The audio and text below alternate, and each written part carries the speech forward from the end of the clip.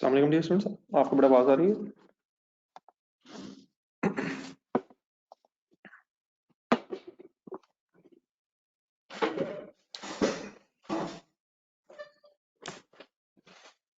जी sir जी, question number 3 आपको कहा था ये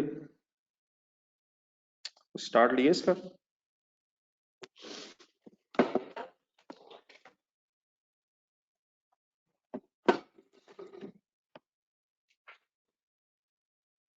जी माय डियर, काइंडली प्लीज बताएंगे। सिर्फ तैयब ने, हैदर ने कोई रिस्पांस दिए, कुछ ट्राई किया इसको यार। सर जी प्लीज बता दें यार।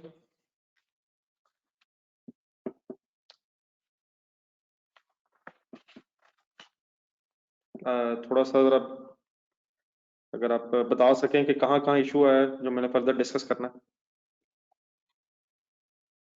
अच्छा एक सेकंड, एक काम थोड़ा सा कीजिएगा, मुझे ऑनेस्टली बता दें कितने लोगों ने किया नहीं है।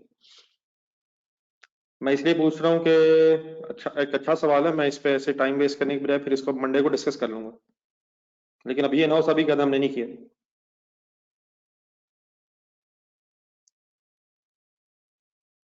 ये तैयब उसने सिंपली कहा है कि सेल कैंपेन चलानी है, क्या ये नंबर ऑफ यूनिट्स सोल्ड के साथ वेरी करेगी?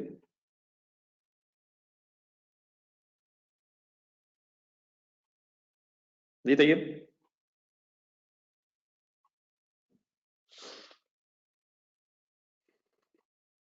ये तो क्वेश्चन नंबर 11 जरा देखें, सॉरी क्वेश्चन नंबर 10 मेरा ख्याल है। क्वेश्चन नंबर 10 देखें, और एक आध सवाल शायद और भी है, लेकिन बार मेरा ख्याल है कब होगी एक्सपेंस वेरिएबल, कब होगा जब नंबर ऑफ यूनिट सोल्ड के साथ वेरी करेगा। ठीक है तैयब, सर जी लिखा हुआ है सर, इस तरह ना करें। एक नई प्रोडक्ट का डिसीजन है, हमने एक Z3 बनाना है, इसके शुरू में लिखें टू इंट्रोड्यूस Z13, पढ़ के बताएं।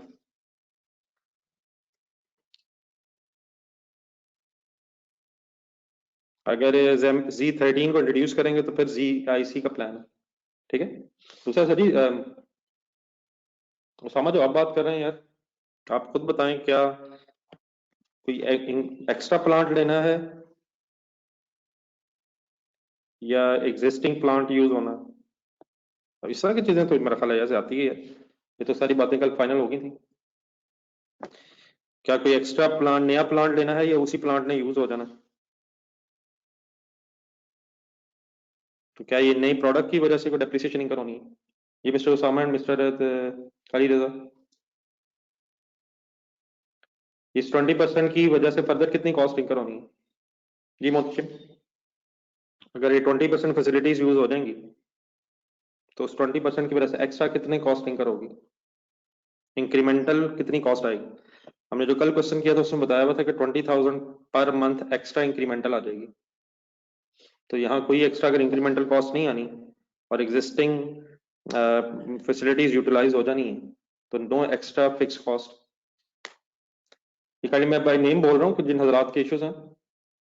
तैयब आप फाइनल हो गए? अली रजा, तैयब, ऊपर कौन था, उसामा समथिंग शायद था एक।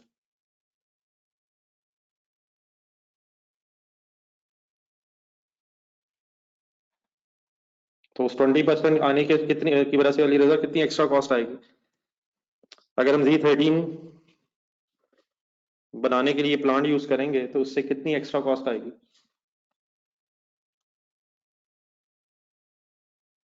ये किस तरह पता चला आपको?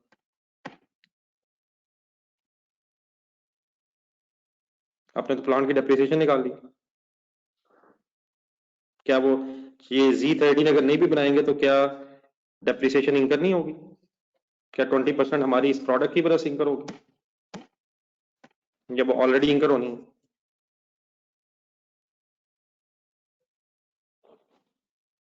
सर जी अगर 81 मिलियन का प्लांट है और 10% डेप्रिसिएशन रेट है और ये एग्जिस्टिंग प्लांट है, तो आप चाहे Z13 बनाएं या ना बनाएं, इसने डेप्रिशिएट हो जाना है। तो Z13 बनाने की वजह से कोई एक्स्ट्रा डेप्रिसिएशन कॉस्टिंग करनी होनी। हाँ, अगर हमें कोई नया प्लांट लेना पड़ता है या इस प्लांट की कोई कैपेसिटी बढ़ानी पड़ेगी इस प्रोडक्ट के लिए, तो उसकी वजह से जितनी डेप्रिसिएशन या अदर कोई फिक्स कॉस्ट इंक्रीज होगी वो कंसिडर करेंगे। आप लोगों ने क्वेश्चन सही रिवाइज नहीं किया तो क्वेश्चन नंबर 12 किया था कल, इस तरह बेटा बिल्कुल कोई फायदा नहीं है। तो बिल्कुल वो चीजें पूछ रहे हैं जो कल फाइनल हो गई हुई थी। कल वाला क्वेश्चन देखें, क्वेश्चन नंबर 12, उसमें लिखा हुआ था कि 3 मिलियन एक एक्स्ट्रा एडिशनल कॉस्ट आनी है, तो देयरफॉर हमने उसी का 10% कंसिडर किया था, और जो उससे अलावा हमने दिया हुआ था दैट इज इग्नोर्ड। और जब नीचे हम आए थे पढ़ के तो पता चला था कि 150,000 से 1,70,000 पर मंथ फिक्स कॉस्ट हो जानी है, इसका मतलब था कि 20% एक्स्ट्रा हो जाना। तो बेटा ये तो एग्जैक्टली वही पॉइंट्स हैं। अब यहाँ उसने कुछ नहीं एक्स्ट्रा बताया, तो nothing will be extra fix cost in this situation. ना कोई एडिशनल उसने ये बताया है कि कोई कैपेसिटी इंक्रीज या एसेट है, और ना ही कोई ये बता रहा है कोई कि ओवरहेड्स में या फिक्स ओवरहेड्स में कोई चेंज आ रहा है। ठीक है, प्लीज फाइनल करें यार, इस तरह की बातें तो मेरा ख्याल है चलें ठीक है, अगर आपने पूछा, लेकिन अब फाइनल है प्लीज। जी माय डियर, अब ये बीच में कुछ हजरात के और भी नाम थे, जरा एक मिनट मतलब स्पेसिफिकली पूछ लूं। एक दो बच्चे ये भी कह रहे हैं कि अभी हमने कंप्लीट नहीं किया है, तो मेरा ख्याल है फिर अगर हम टाइम वेस्ट ना करें और मंडे को फाइनल डिस्कस करना, अगर किसी ने नहीं किया वो भी कंप्लीट करना। अब मुझे एक सेकंड एक चीज पहले बता दें जरा, जस्ट एक मिनट, जरा मैं एक आखिरी सवाल पूछ लूंगा। जिन हजरात ने अटेम्प्ट किया है, अब और इशू तो नहीं है कोई, जिन्होंने सही अटेम्प्ट किया है, बाकी जिनका भी सही अटेम्प्ट नहीं हुआ है वो फिर मैं मंडे को दोबारा डिस्कस कर लूंगा। लेकिन जिन्होंने अटेम्प्ट किया हुआ है, सही तरह किया हुआ है, अब उनका कोई क्वेश्चन तो नहीं रह गया।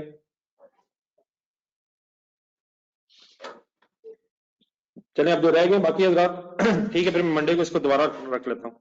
ये प्लीज अच्छा सवाल है, जिन्होंने अटेम्प्ट किया है होपफुली ज्वाइंट बाय प्रोडक्ट की भी सिचुएशन बीच में आ रही है कि बॉटल्स और इस तरह की चीजें भी हैं, जरूर करना चाहिए यार। तो मंडे को फिर इसकी फाइनल डिस्कशन रखते हैं, ठीक है। तो जिन हजरात ने नहीं किया वो आप कर लीजिएगा प्लीज काइंडली। मीनवाइल इस तरह के एक छोटा सा बस हमारा इस स्टोरी में जरा काम रहता है, आप लोग इस तरह कीजिएगा, ये बेटे जो एक्स्ट्रा क्वेश्चन है ना कल का दिन आप बेस ना कीजिएगा। ये जो एक्स्ट्रा क्वेश्चन खासतौर पे किए हमने, क्वेश्चन नंबर 1 2 3 कल सब अटेम्प्ट हो गए अभी, तो इन 6 क्वेश्चंस को जरूर कल कोई घंटा डेढ़ लगा के ये सारे दोबारा रिवाइज होने चाहिए। ठीक है बेटा, ये तो साथ साथ चलने वाला काम है, इस तरह ना डिले ना करें चीजें, ये बहुत ज्यादा फिर इकट्ठी हो जाएंगी।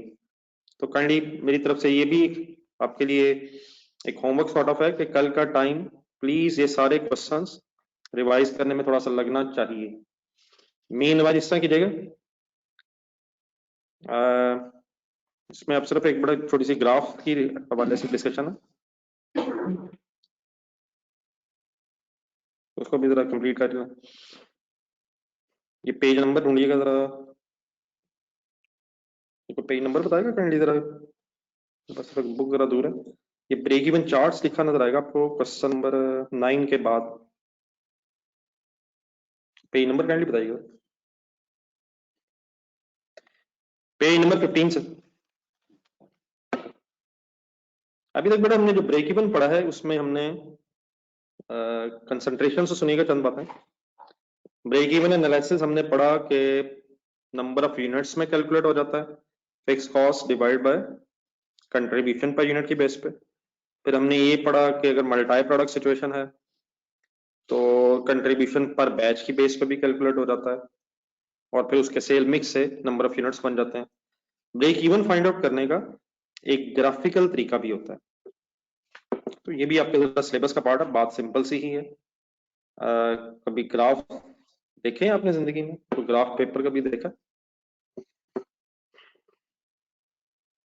जहन में रखें ग्राफ पेपर को, तो जरा एक स्टोरी पढ़े जरा। Break even charts, break even point can also be found out, can also be found by using a graphical approach। अब ग्राफ बनाने के लिए हम एक छोटा सा डाटा जरा यूज करेंगे, और फिर इसकी बेस पे इंशाल्लाह क्वेश्चन भी करते हैं बाद में। पहले जरा थोड़ा सा आपको कॉन्सेप्ट समझाना था। डाटा देखिएगा, हेडिंग्स नंबर ऑफ यूनिट्स हैं लेफ्ट कॉलम में, फिर sales at the rate of 4 पर यूनिट, कैलकुलेटर रखें हाथ में, नंबर ऑफ यूनिट सोल्ड को सेल्स से मल्टीप्लाई किया 4 पर यूनिट से, तो फिगर्स आ जाएंगी 250,000 into 4, 5 lakh into 4 and so on, sales आ गई। देन बेटा उसके बाद वेरिएबल कॉस्ट है, अगर हम वेरिएबल कॉस्ट कह रहे हैं, कुछ और वर्ड नहीं लगा रहे हैं, तो वो मीन्स टू से टोटल वेरिएबल कॉस्ट, वो 2.4 पर यूनिट है, तो 250 into 2.4 and 5 lakh into 2.4 respectively. Fix cost हमारी इस सारी स्टोरी में पीरियड कॉस्ट है, जिसको फिर हम प्रोडक्ट से रिलेट नहीं करते। पीरियड कॉस्ट 16 लाख फिक्स है। क्या अगर कोई यूनिट भी नहीं बनाएंगे और फैक्ट्री फॉर एग्जांपल आपकी कोई रेंट पे है, कोई अपनी गार्ड्स वगैरह रखे हुए हैं, तो क्या वो कॉस्ट इवन देन इंकर होगी? और क्या अगर यूनिट्स आप बढ़ाते भी जाएं तो बाय डिफॉल्ट वी अज्यूम कि फिक्स कॉस्ट का total will remain same, sale price का पर यूनिट, वेरिएबल कॉस्ट का per unit and fix cost का टोटल विल रिमेन सेम। ठीक है, इनकम स्टेटमेंट रेंज में बना के रखिएगा, एक रो में देखें जरा। अगर बेटा सेल नहीं है क्योंकि यूनिट जीरो है, वेरिएबल कॉस्ट नहीं है, तो कंट्रीब्यूशन तो जीरो है, लेकिन फिक्स कॉस्ट ही टोटल कॉस्ट बन के लॉस में कन्वर्ट क्यों हो जाएगी? क्योंकि सेल नहीं है, वेरिएबल कॉस्ट, कंट्रीब्यूशन जीरो है, फिक्स कॉस्ट ही लॉस बन जाएगा। ठीक है, ये बात समझ आ गई? ब्रैकेट ये लॉस है इस वक्त। सेकेंड रो पढ़े, 2.5 lakh units, 1 million sale, 6 lakh variable cost, 4 lakh contribution. Fix cost अगर सेम है तो टोटल कॉस्ट कैसे बन रही है? वेरिएबल प्लस फिक्स,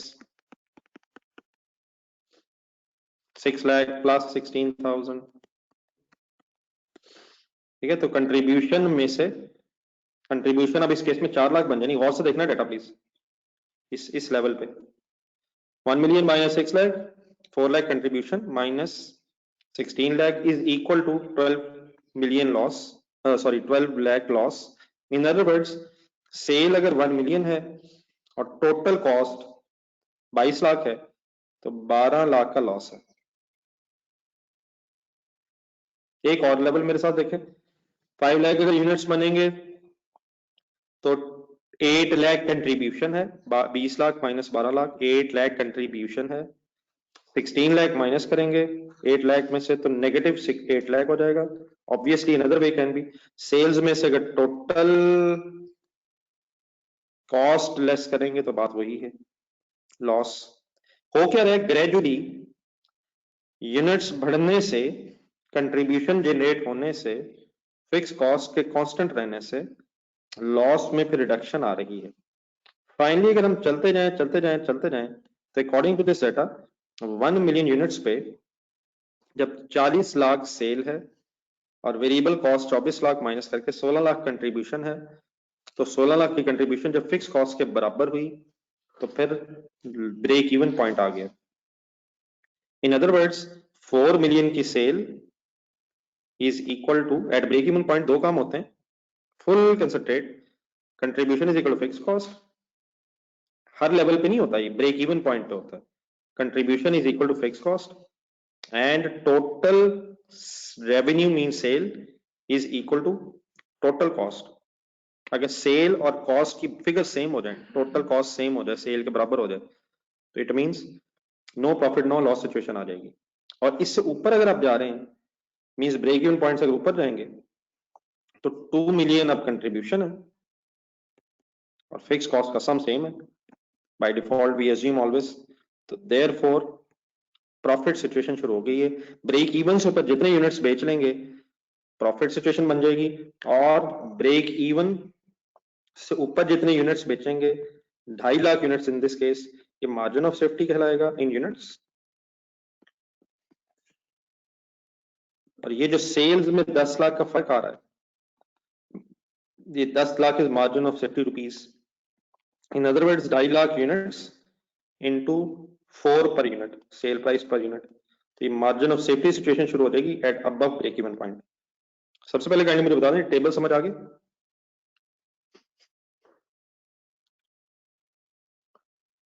सर ये टेबल समझ आ गया सर? टेबल में तो नहीं कोई कंफ्यूजन? अच्छा, एग्जाम पॉइंट ऑफ व्यू से प्लीज ये नहीं हम कह सकते कि ये बिल्कुल इररिलेवेंट डिस्कशन है। एग्जामिनर हैज अ चॉइस कि आपसे वो कैसे क्वेश्चन पूछे, तो एक बात मुश्किल नहीं है, मेरे साथ जरूर सही तरह कंसंट्रेट करना, छोटी छोटी चीजें भी सही रहनी चाहिए। यू नेवर नो कि एग्जामिनर का क्या दिल कर बैठे।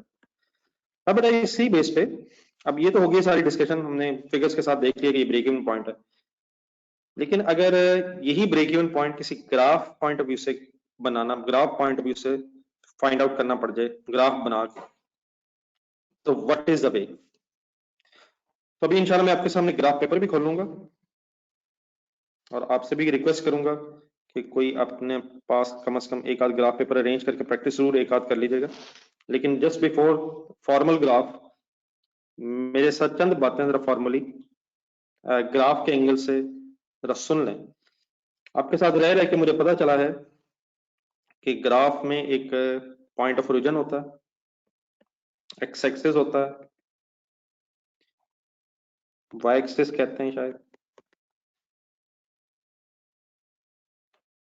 एक्स एक्सिस पे कुछ डिपेंडेंट इंडिपेंडेंट वर्ड्स हैं, लेकिन रादर देन दैट स्टोरी मेरा ख्याल है हमें सिर्फ जो जरूरत पड़ेगी दैट इज एक्स एक्सिस पे नंबर ऑफ यूनिट्स, और अगर आप चाहें तो number of units multiplied by sale price भी ले सकते हैं, मतलब नंबर ऑफ यूनिट्स सोल्ड ले लें या सेल वैल्यू ले लें। फिलहाल मैं यूनिट्स ले रहा हूँ, बाद में फिर आगे दोबारा बात करता हूँ। और वाई एक्सिस पे फिर अमाउंट्स कंसिडर की जाती हैं। अब as first step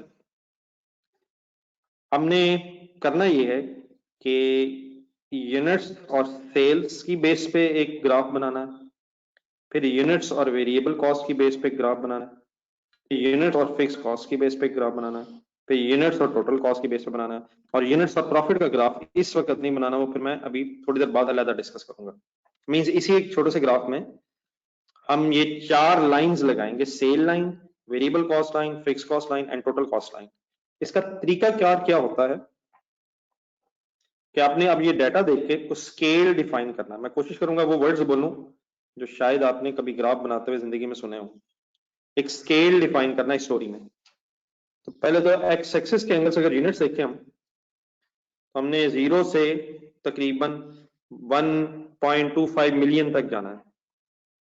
it means अब वो ग्राफ अभी इंशाल्लाह आपके सामने करता हूं मैं, तो वो बॉक्सेस वगैरह बने होंगे, तो उसमें हम डिफाइन कर लेंगे कि हर एक स्मॉल बॉक्स, और फिर अगर बड़ा बॉक्स भी मिल गया तो कितने का है। लेकिन जस्ट यहाँ पे फॉर एग्जांपल अब सिंपल सा फिलहाल डाटा है, तो 2.5 लाख के लिए जो मैंने स्पेस छोड़ी है, फिर इतनी ही 2.5 लाख यूनिट्स और 5 लाख, तो जो स्पेस मैं रख रहा हूँ अप्रोक्सीमेटली वही स्पेस 2,50,000 यूनिट्स के लिए आगे बढ़ाता बढ़ाता 750 हो जाएगा ये, बल्कि थोड़ा सा मेरा बहरहाल आई विल ट्राई मैं लेवल बेस्ट समझाने के लिए, लेकिन आपका मेरे से ग्राफ बेहतर इसलिए होना चाहिए क्योंकि आपके पास शायद कुछ लाइंस रजिस्टर वगैरह में लगी होती हैं। मैं भी लाइंस वाला भी ढूंढता पेज एक, लेकिन जस्ट आपको थोड़ी सी जरा बात समझा दूं। और 1 पॉइंट यहाँ तक मुझे बता दें जो मैं कर रहा हूँ सबको पूरा समझ आ रहा है क्या हो रहा है? कोई रिस्पॉन्स सर?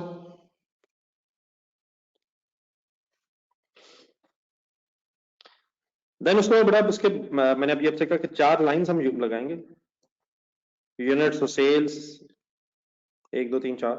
तो इसमें से ना ये जो डाटा है रुपीस का, इसका वे आउट ये होता है कि मिनिमम अमाउंट हमने इस डाटा में कितनी है, हमारे इस मिनिमम अमाउंट हमारे इस डाटा में कितनी है। अगर हम गौर से देखें तो ये 6 लाख है इस सारी स्टोरी में, और मैक्सिमम अमाउंट अगर आप देखें गौर से तो 50 लाख राउंड है। तो यकीन वो बीच बीच में भी कुछ है, 6 लाख भी है, फिर 12 लाख भी है, 18 लाख भी है। लेकिन अगर शायद हम इस तरह कुछ कर लें अमाउंट्स के एंगल से कि 1000 के लिए स्पेस रख लें, 1000 रुपीज इन थाउजेंड, मिली 1 मिलियन, फिर दूसरा 2 मिलियन, तीसरा 3 मिलियन, फिर same space for next 1 million, तो अप्रोक्सीमेटली 4 मिलियन के लिए जगह हो जाएगी, फिर 5 मिलियन। ठीक है, और अगर फॉर एग्जांपल 12 लाख होगा तो कहीं बीच में हमें ढूंढना पड़ेगा, 6 लाख है तो अप्रोक्सीमेटली। तो जस्ट 1 मिनट अगर मैं बात अपनी फर्दर कंप्लीट कर लूं समझाने के लिए, मैं कर क्या रहा हूं इस सारे ग्राफ में, एक ही ग्राफ में ये सारी डिस्कशन इकट्ठी कर रहा हूं। ऑब्वियसली अलग अलग ग्राफ भी बन सकते हैं। तो let's assume for the sake of discussion कि मैं अब फर्स्ट 2 कॉलम्स को ध्यान में रख के एक लाइन लगाना चाहता हूं। 0 यूनिट्स अगर हैं तो सेल भी 0 है, तो एक डॉट 0 पे लग गया। पहली बात बिल्कुल सिंपल सी होगी, शायद अच्छा है, बल्कि कॉन्सेप्ट थोड़ा सा समझ आ जाएगा। देन 2.5 लाख यूनिट्स पे सेल्स 1 मिलियन है, 5 लाख यूनिट्स पे सेल्स 2 मिलियन है। ये ठीक है सर, स्टोरी में सही कर रहा हूँ? थोड़ा मुझे हेल्प कर दीजिएगा ताकि मुझे आइडिया हो जाए कि मैं अजीब बात तो नहीं कोई कर रहा। आपके कोई जहन में क्लिक करती हैं बातें? पे 750,000 पे हो बेटा ये रहा है कि जैसे जैसे यूनिट्स बढ़ रहे हैं वैसे वैसे सेल्स बढ़ रही हैं। तो काइंडली आप भी अगर स्टार्ट करें और देन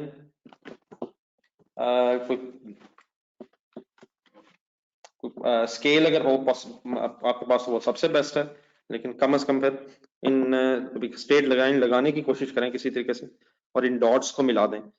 मेरे पास थोड़ी सी लिमिटेशन इस वक्त ये है, मैं आपको डेटा के साथ एक बना के दिखाना चाह रहा हूँ, तो मेरे पास लाइंस उस तरह से नहीं है, तो मेरी स्ट्रेट लाइन से बहुत अच्छी स्ट्रेट लाइन आपकी होनी चाहिए। लें स्टार्ट। तो ये लाइन क्या है? This line is reflecting sales, तो सेल लाइन। बस यही छोटी सी स्टोरी थी जो आपको जरा रिफ्रेश करानी थी, बाकी आपको हेल्प करनी है मेरी। इकट्ठे हो जाए फिर मैं बाकी लाइंस भी लगा देता हूँ।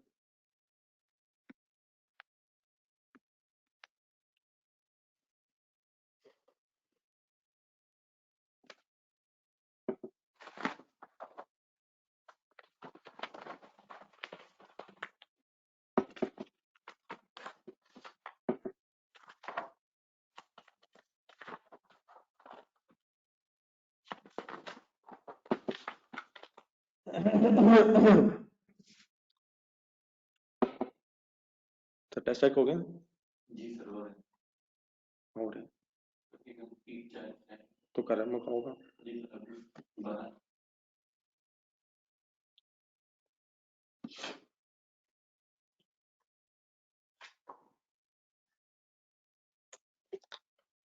अब्दुल को जरा फोन करके पूछ लो क्या हाल है। ठीक सर। जी सर, जी ठीक है सर, हो गए इकट्ठे।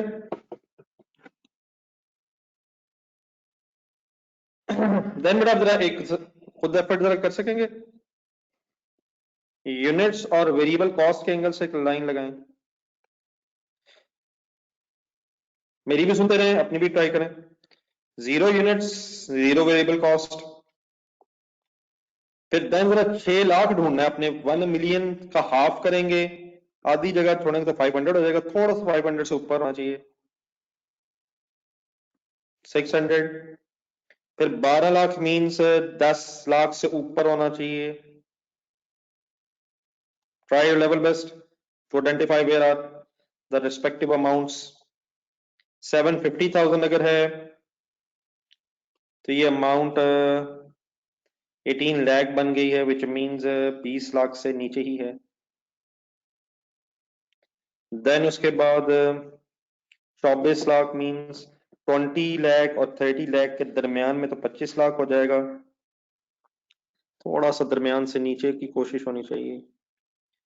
12,50,000 यूनिट्स पे वेरिएबल कॉस्ट एग्जैक्टली 3 मिलियन है, तो ये शायद यहाँ समथिंग होना चाहिए। Why the sale line is below, sorry, why the variable cost line is below the sale line? Because sale में अगर हम वेरिएबल कॉस्ट के एंगल से देखें तो सेल में वेरिएबल कॉस्ट प्लस कंट्रीब्यूशन हुई है। ये सही है मेरे लफ्ज? Sale less variable cost is equal to contribution है, तो वेरिएबल कॉस्ट लाइन और सेल लाइन के दरमियान ये डिफरेंस क्यों है? कंट्रीब्यूशन की वजह से। और कंट्रीब्यूशन की अमाउंट ग्रेजुअली बढ़ती क्यों जा रही है? क्योंकि सेल ज्यादा होने से, ज्यादा यूनिट्स बिकने से, मल्टीप्लाइड बाय कंट्रीब्यूशन पर यूनिट, आपकी टोटल कंट्रीब्यूशन बढ़ जाएगी। तो this difference, this area between the sale line, this area between the sale line and the variable cost line is reflecting contribution. मसलन अगर हम देखना चाहें तो कैसे देख सकते हैं, ये 10 लाख का सेल, ये 10 लाख सेल की फिगर है, और ये जो 6 लाख का डॉट है ये वेरिएबल कॉस्ट है, तो बीच में डिफरेंस है 4 लाख की कंट्रीब्यूशन। 50 लाख अगर सेल है, 5 लाख यूनिट्स की अगर सेल है तो 20 लाख, और उधर से वेरिएबल कॉस्ट 12 लाख, तो 8 लाख कंट्रीब्यूशन है, तो बढ़ती जा रही है। तो this area is specifying contribution. और ये जो लाइन है, this line is variable cost line.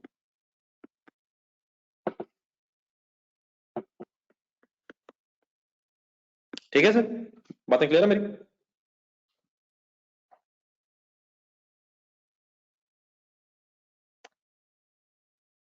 Then बेटा एक इंपॉर्टेंट चीज आ रही है फिक्स कॉस्ट के एंगल से, जरा देखें यूनिट्स ऑफ फिक्स कॉस्ट। ये पहला स्टार्टिंग पॉइंट इंपॉर्टेंट है। 0 यूनिट्स पे भी फिक्स कॉस्ट 0 नहीं है। फिक्स कॉस्ट 16 लाख अराउंड है, तो हाफ से थोड़ा सा ऊपर होना चाहिए डॉट। और देन बेटा ये कांस्टेंट है, इट मींस 2.5 लाख यूनिट्स पे भी, और सिमिलरली 5 लाख यूनिट्स पे भी 16 लाख, 16 लाख,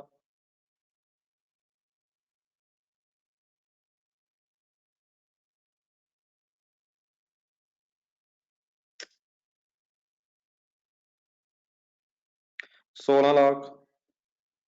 तो ये जो लाइन होगी फिक्स कॉस्ट की, ये आपकी एक्स एक्सिस के साथ एक पैरेलल लाइन लग जाएगी। It will remains constant, straight line parallel with the X axis. तो what is this line? Fix cost line.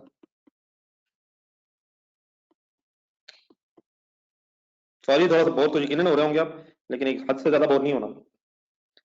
Then my dear total cost line 16 lakh 0 units पे भी फिक्स टोटल कॉस्ट, ये line सबसे important है sir, इससे break even पता चलेगा। पता 16 लाख रुपीस हैं टोटल कॉस्ट 0 यूनिट्स पे, तो this line start from here. ये जरा केबल दीजिए स्टार्ट। 2.5 लाख यूनिट्स पे फिर 22 लाख ढूंढने की कोशिश करिए, 22 लाख कहाँ है? ये चार्जिंग केबल। 5 लाख यूनिट्स पे 28 lakh, 28 lakh should be below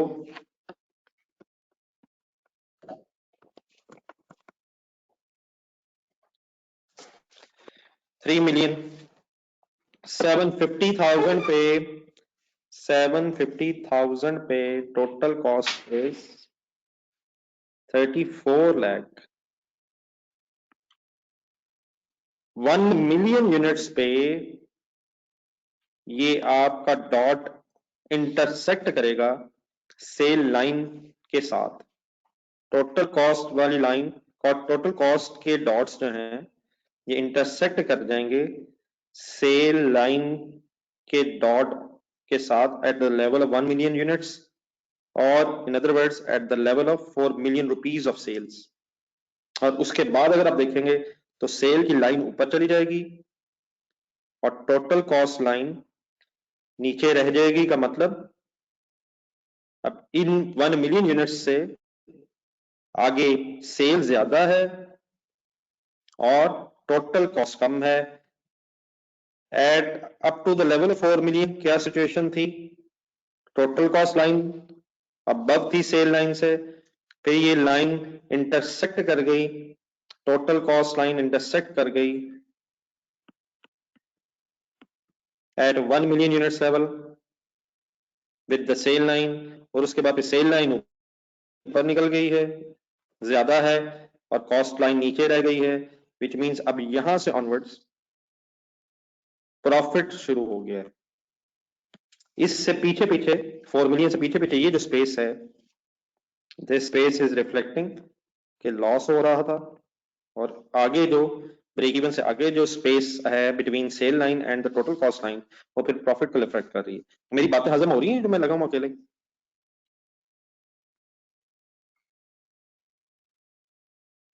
तो कंफ्यूजन तो नहीं मेरी किसी बात से? अगर क्लियर है तो ठीक है, अगर कोई कंफ्यूजन है किसी मेरे वर्ड में तो जरूर एक पूछ लें। तो बेटा अगर इस ग्राफ के मुताबिक ब्रेक इवन पॉइंट ढूंढना हो तो ब्रेक इवन पॉइंट दो लाइंस के इंटरसेक्शन पॉइंट से पता चलता है, जिस पॉइंट पे सेल लाइन टोटल लाइन के साथ इंटरसेक्ट कर जाए। बाकी सारी लाइंस जो मैंने समझाई थी, ये जो दो लाइन हमने वेरिएबल कॉस्ट और फिक्स कॉस्ट की सिर्फ अंडरस्टैंडिंग के लिए थी, लेकिन ये जो मैंने आखिर में सेल लाइन और वेरिएबल अगर total cost line means to say अगर आपने ब्रेक इवन फाइंड आउट करना है ग्राफ से, तो इस ग्राफ में जहां सेल लाइन इंटरसेक्ट कर जाएगी टोटल कॉस्ट लाइन से, the point where sale line intersects, बल्कि सॉरी उलट लिखना चाहिए, total cost line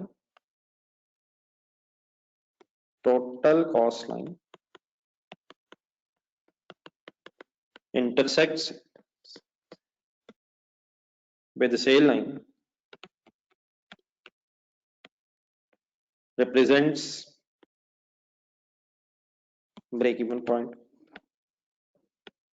अब ऑब्वियसली इस वक्त सिंपल से मैंने डाटा के साथ पहले आपको ब्रेक इवन बता दिया था, लेकिन अभी इंशाल्लाह प्रैक्टिस करते हैं। तो ब्रेक इवन अगर ना भी पता हो तो आप दो लाइनें यूज करें इस ग्राफ के मुताबिक, sale line, total cost line, और जिस जगह पे अगर आप सही ग्राफ बना रहे हैं, जिस जगह पे ये दोनों लाइंस आपस में इंटरसेक्ट कर जाएं, that point will represent break even point. तो ये जो आप पूछ रहे हैं यार, सेल लाइन, एक सेल लाइन लगी हुई थी और उसके नीचे एक वेरिएबल कॉस्ट लाइन लगी हुई थी, तो ये सेल लाइन ऊपर क्यों है और वेरिएबल कॉस्ट लाइन नीचे क्यों है? सेल लाइन ज्यादा क्यों है, वेरिएबल कॉस्ट लाइन कम क्यों है? कंट्रीब्यूशन के डिफरेंस की वजह से। Variable cost plus contribution sale होती है हमारी स्टोरी में। मार्जिनल कॉस्टिंग में वेरिएबल कॉस्ट में जब कंट्रीब्यूशन जमा करते हैं तो फिर सेल बनती है। तो जो सेल लाइन और वेरिएबल कॉस्ट लाइन का डिफरेंस है, सेल और वेरिएबल कॉस्ट का जो डिफरेंस है वो कंट्रीब्यूशन है। ठीक है? तो जी डियर, यहां तक कंप्लीट है सबका?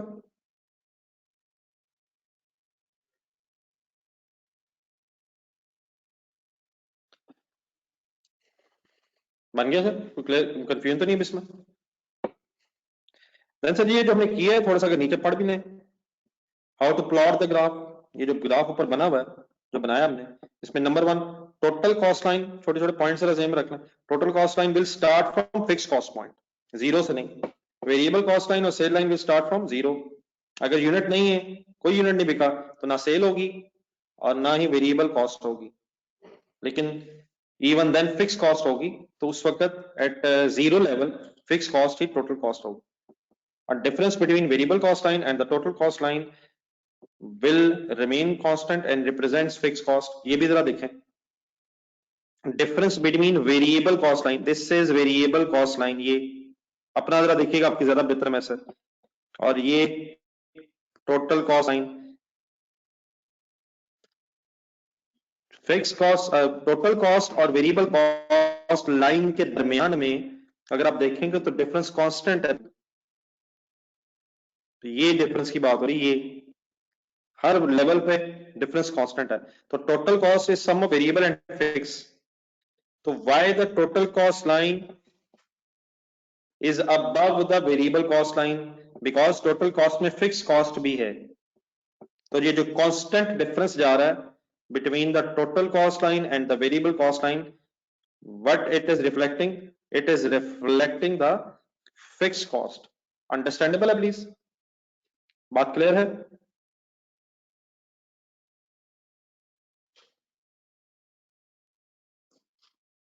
ठीक है।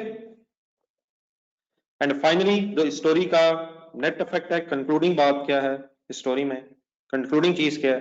Break even point will be that point where sale line intersects with total cost line. तो this is the ultimately point जो हमें जहन में रखना है कि कौन सी दो लाइनों के इंटरसेक्शन से हमें ब्रेक इवन पॉइंट मिलेगा, sale line and total cost line. कोई कंफ्यूजन आपकी अगर है?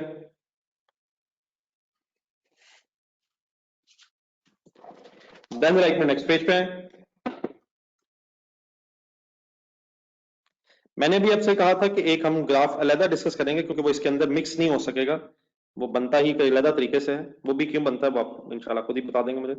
अब हम डिस्कस करेंगे कि अगर सिर्फ प्रॉफिट का ग्राफ बनाना हो, पहला कॉलम और लास्ट कॉलम, तो डेटा काइंडली अगर आप यहीं से देखें, बाकी मैं एक्सप्लेन करता हूँ। तो एक और ग्राफ होता है, उसे कहते हैं प्रॉफिट वॉल्यूम चार्ट। तो यहाँ वॉल्यूम मीन्स क्वांटिटी, आपको पता है। तो प्रॉफिट और यूनिट्स का चार्ट, पीवी चार्ट फिर इसे कहते हैं, यूनिट्स, सेल के यूनिट्स, और प्रॉफिट का चार्ट मीन्स ग्राफ, इसे शॉर्ट वर्ड्स में पीवी चार्ट, पीवी ग्राफ भी कहते हैं, प्रॉफिट वॉल्यूम चार्ट। अगर हम यूनिट्स और प्रॉफिट का ही ग्राफ बनाएंगे तो आप देखेंगे कि अभी उस ग्राफ में भी ब्रेक इवन कैलकुलेट हो जाता है।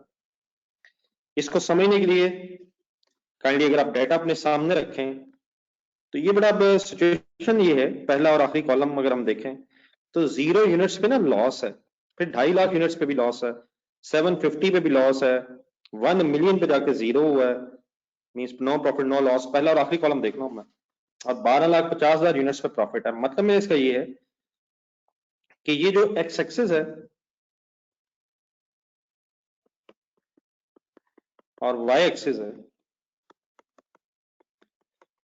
इसका ये तो ओरिजिन है, जीरो है, इट मींस ऊपर जो है ये तो पॉजिटिव साइड है, तो फिर ये जो जीरो से नीचे जा रहा है ये फिर नेगेटिव साइड भी है इसमें। तो अब इसमें आना तो उसी तरह है, एक्स एक्सिस पे आप यूनिट्स ले लें और वाई एक्सिस पे आप अमाउंट्स ले लें, लेकिन अब अमाउंट किसकी लेनी है, प्रॉफिट और लॉस की। तो जीरो से ऊपर प्रॉफिट है, जीरो से नीचे लॉस है, तो means to say what I am trying to say is कि अगर हम आखिरी कॉलम देखें अमाउंट्स के एंगल से, तो हमारा ये जो ग्राफ है ये जीरो से नीचे 16 लाख से शुरू होना है, फिर इसने रिवर्स 12 लाख पे आना है, लॉस ने फिर 8 लाख पे आना है, 4 लाख पे आना है, फिर जीरो पे आना है, 4 लाख पे आना है। तो इन दैट केस हमें अपना ये ग्राफ जीरो से नीचे शुरू करना है, और डिफरेंस तकरीबन 4-4 लाख के हर अमाउंट में। तो हाउ टू, प्लीज गौर से देखिएगा जरा एक मिनट। जीरो से अब जब मैं नीचे जाऊंगा तो बेटा पहले ये जो 4 लाख मैंने लिखा है, स्पेस रखी है मैंने, ये 4 लाख अब लॉस है, फिर 8 लाख, फिर 12 लाख, और फिर 16 लाख, थाउजेंड में भी रख सकते हैं आप। और ऊपर अगर मैं आऊं वापस, तो जीरो से ऊपर पहले 4 लाख, और ऑब्वियसली उसके बाद फिर शायद हमारा डाटा नहीं है, लेकिन उसके बाद फिर 8 लाख। प्रॉफिट की अमाउंट को एक्स वाई एक्सिस पे, why it is started, it is starting from below zero, क्योंकि इनिशियली कुछ यूनिट्स के लेवल पे लॉस भी था। यूनिट्स के एंगल से अगर हम वर्किंग करें तो वहां शायद उसी तरह 2.5 लाख का डिफरेंस बन सकता है। तो 2.5 लाख यूनिट्स, इनको अगर मैं थाउजेंड्स में रखूं, 500 यूनिट्स, 500,000 यूनिट्स, 700,000 यूनिट्स, 750, 1 मिलियन, और फिर फाइनली एक और लेवल आ जाएगा 1250। ये ठीक है, मेरी बात समझ आई है सबको? ये जो मैं जीरो से नीचे जा रहा हूं, जीरो से जो मैं नीचे जा रहा हूं, सभी समझ आ रहा है सर? देन माय डियर, आप भी स्टार्ट करेंगे जरा, आप भी बनाएं। डेफिनेटली हम बहुत अच्छी एफर्ट तो तभी कर सकते हैं ग्राफ वगैरह सामने हो, तो अभी मैं आपके सामने वैसे ग्राफ भी रखता हूं सामने, ताकि उसकी बेस पे भी जरा डिस्कशन हो जाए। लेकिन एक जरा रफ आखिरी और बना लें जरा, फिर उसके बाद मैं आपके सामने आपकी स्क्रीन पे कम से कम आपको ग्राफ दिखा दूं, तो आपके जहन में आ जाए ग्राफ होता क्या। आप भी बनाएं, मैं भी बना रहा हूं। जीरो यूनिट्स पे लॉस है 16 लाख, 2.5 लाख यूनिट्स पे लॉस है अभी भी 12 लाख, फिर 5 लाख यूनिट्स पे, 5 लाख यूनिट्स पे 8 लाख, फिर उसके बाद 4 लाख यूनिट्स पे, सॉरी 750,000 यूनिट्स पे 4 लाख लॉस, फिर 1 मिलियन यूनिट्स पे एग्जैक्टली डॉट आपका वाई एक्स एक्सिस पे सॉरी लगेगा, और 12,50,000 यूनिट्स का डॉट फिर आपका 4 लाख पे लगेगा। तो ये भी एक स्ट्रेट लाइन तो है, मिलाएं जरा इसे।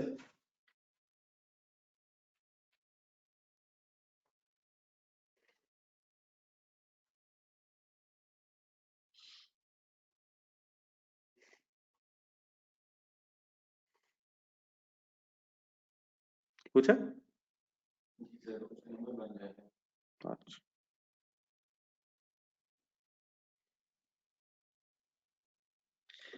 तो एक स्ट्रेट लाइन सॉर्ट ऑफ ये भी बनेगी,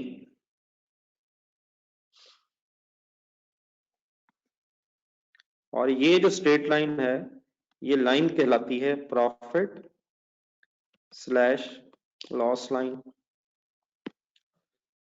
तो ये जो लाइन है जिस पॉइंट पे एक्स एक्सेस से इंटरसेक्ट कर जाए, that is the break even point.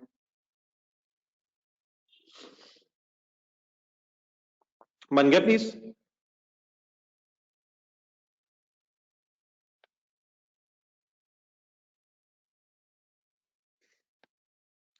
Sir ये बन गया सर। तो the point on x-axis where this profit line intersect with it will represent break even point.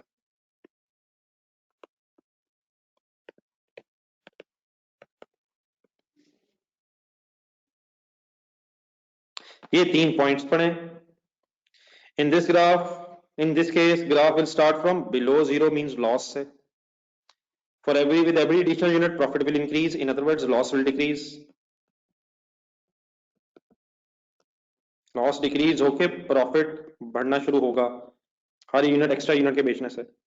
और finally the important thing is, इस graph में break even point कहां नजर आएगा? Point on x axis where the profit line intersects with it represents break even point. अब clear है please? मैं कुछ एक्स्ट्रा प्रैक्टिस की तरफ जाना चाह रहा हूं। अभी डाटा हमने पढ़ा, इसमें तो हमने पहले ही पढ़ के डिसाइड कर लिया था कि 4 मिलियन यूनिट्स पे, 4 मिलियन रुपीस पे और 1 मिलियन यूनिट्स पे हमारा ब्रेक इवन आ रहा है, और वही हम बस प्रूव भी कर रहे हैं शायद इन 2 ग्राफ से। अगर आपने लिख लिया है तो फिर जरा without any initial information of के कहां ब्रेक इवन है हम जरा प्रैक्टिस कर लें। चलूं मैं आगे? सर ये लिख नहीं रहा, स्लो है सर, बहुत स्लो है, सुस्ती है। आइएगा सर, ये immediately after this discussion page number 16 पे आपको एक एक्स्ट्रा क्वेश्चन ऑफ ग्राफ्स मिलेगा। इसमें आपने इनिशियली पहले 2 पीवी चार्ट्स बनाने हैं। कैसे? डाटा पढ़ें। Sale contribution at the rate of 42%। Obviously अगर कंट्रीब्यूशन 42% है तो 58% वेरिएबल कॉस्ट है, फिक्स कॉस्ट टोटल सेम है, प्रॉफिट लॉस है शुरू में नेगेटिव, फिर पॉजिटिव की तरफ आ रहा है। अब आपने पीवी चार्ट में इन 2 की लाइंस लगा के ब्रेक इवन फाइंड आउट करना है। एक सेकंड मेरी छोटी सी एक बात सुनना जरा। अगर हम गौर से देखें और ब्रेक इवन की स्टोरी को ध्यान में रखें तो 600 तक की सेल तक तो लॉस है, 800 पे प्रॉफिट में कन्वर्ट हो गया। तो हमें अगर ब्रेक इवन चाहिए तो ब्रेक इवन पॉइंट यहां कहीं नहीं बताया हुआ। हाँ ये जरूर है कि 600 और 800 के दरमियान के अंदर अंदर कहीं ब्रेक इवन पॉइंट होना चाहिए। यहां तक मेरी बात ठीक है? 600 और 800 की सेल्स के अंदर दरमियान में कहीं इन 200 यूनिट्स में ही कहीं ब्रेक इवन होना चाहिए। कहीं ब्रेक इवन हुआ होगा तो फिर वो प्रॉफिट की तरफ बात गई है। ठीक है, अब मेरा आपसे रिक्वेस्ट ये है कि आप अगर क्वेश्चन का डेटा खुद देख सकें, मैं आपके सामने कोई एग्जैक्टली ग्राफ अगर निकाल सकूं, एक ग्राफ आपके सामने रखना चाह रहा हूं ताकि ग्राफ की बेस पे भी हम थोड़ी सी डिस्कशन कर लें कि how to present the figures in a graphical form. अब बेटा ये जो ग्राफ है एक करवा दें, अगला खुद करना है आपने। इसमें अभी भी मेरे पास जरा स्केल की लिमिटेशन होगी, स्केल इन एसेंस मेरे पास कोई फोटा ऐसा नहीं है स्केल, लेकिन मैं I will try my level best कि जितनी मेरी पॉसिबिलिटी है मैं एक बेहतरीन सा ग्राफ आपके सामने प्रेजेंट कर सकूं। आपसे रिक्वेस्ट ये है कि अगर मुझे कोई स्केल डिफाइन करते हैं इस डेटा से, क्वेश्चन जरा सामने रखें आप। स्केल मतलब एक्स एक्सिस में और वाई एक्सिस में मुझे, अच्छा, एक्स एक्सिस पे जो है ना यूनिट्स भी लिए जा सकते हैं, यूनिट्स ऑफ सेल, और ऑब्वियसली अमाउंट भी ली जा सकती है। तो वो जो भी है आपके डाटा में सेल की अमाउंट है, ये यूनिट्स है, उससे मसला कोई नहीं है। अमाउंट भी हो सकती है, आपको पता है ब्रेक इवन अमाउंट्स में भी आ जाता है, अमाउंट में भी और सॉरी यूनिट्स में भी। तो ये तो रीजन है। स्केल इन सेंस फिर आप पहले सेल वाला कॉलम देखें, 0, 200, 400, 600, 800 एंड 1000 है। तो मेरे पास स्मॉल बॉक्सेस है यहाँ, स्मॉल बॉक्सेस, छोटे छोटे आपको बॉक्सेस नजर आ रहे होंगे। तो डेफिनेटली जरा खुला खुला अच्छा सा ग्राफ अगर बनना चाहे बना सके हम, तो अब स्पेस जो थोड़ी रखनी है हमने, वो हमें 0 से 1000 तक जाना है। तो अगर मैं हर स्मॉल बॉक्स को 10 रख लूं तो बात तो ठीक है, लेकिन बहुत बड़ा ग्राफ हो जाएगा। 10 मींस 100 आएगा 10 बॉक्सेस के बाद, फिर 200 आएगा 20 बॉक्सेस के बाद, एक्सेट्रा एंड एक्सेट्रा। हो सकता है। अच्छा, मैं जानबूझ के ना कुछ बातें ऐसी बोलूंगा जो शायद इस वक्त रेलिवेंट तो नहीं है, लेकिन आपके कॉन्सेप्ट के लिए इंपॉर्टेंट है। देन उसके बाद अगर मैं चाहूँ 25 का एक स्मॉल बॉक्स रख लूं, 50 का रख लूं, 5 का एक स्मॉल बॉक्स रख के, जितना लंबा ग्राफ बनाऊं, मेरे पास अल्लाह का शुक्र है अनलिमिटेड स्पेस है। लेकिन अगर इस सिचुएशन में हम देखें तो शायद हमारे लिए सबसे बेहतर ये रहेगा कि 100 का रखा जा सकता है। लेकिन मेरे पास जो बॉक्सेस हैं वो बहुत स्मॉल स्मॉल से हैं, तो रादर देन मैं अपना एक स्मॉल बॉक्स 100 का रखूं, अगर मैं 50 50 50 50 रख लूं तो शायद यहां मेरा 200 है। ऑब्वियसली मैं इसे 20 20 रख सकता हूं, लेकिन जो मैंने रखना है स्मॉल बॉक्स को एक दफा, वो फिर मैंने बाद में भी उसी को ऐसे ही कंसिडर करना है। तो मैंने अज्यूम किया है कि मेरा एक स्मॉल बॉक्स रिफ्लेक्ट कर रहा है 50 रुपीज को, या 50 यूनिट्स को, आप जो भी करें इस डाटा में, क्योंकि ऐसा लिखा नहीं हुआ। फिर ऑब्वियसली मैं 1 2 3 4, ये मेरा 400 आएगा। 1 2 3 4, ये फिर मेरा यहाँ 600 आएगा। 1 2 3 4 सब साथ है मेरे, समझ आ रहा है क्या कर रहा हूं मैं? ये ना एट द एंड पता चले मैं अकेला ही था। 1000, और उससे आगे हमारे पास डाटा नहीं है। क्या आप ये कर सकते थे कि हर बॉक्स को 100 रख लेते? ऑब्वियसली। लेकिन अगर 100 रखा है, फिर हर बॉक्स 100 है। अगर आप फॉर एग्जांपल 10 रख लेते तो फिर हर बॉक्स 10 है। लेकिन शायद मैंने कोशिश की है कि एक रीजनेबल सी स्पेस में ये मेरी अमाउंट, ये मेरे यूनिट्स ऑफ सेल कंप्लीट हो जाए, या अमाउंट ऑफ सेल। ये सेल को मैंने लिख लिया। अब जरा आप वाई एक्सिस के एंगल से अगर मेरी हेल्प कर सकें,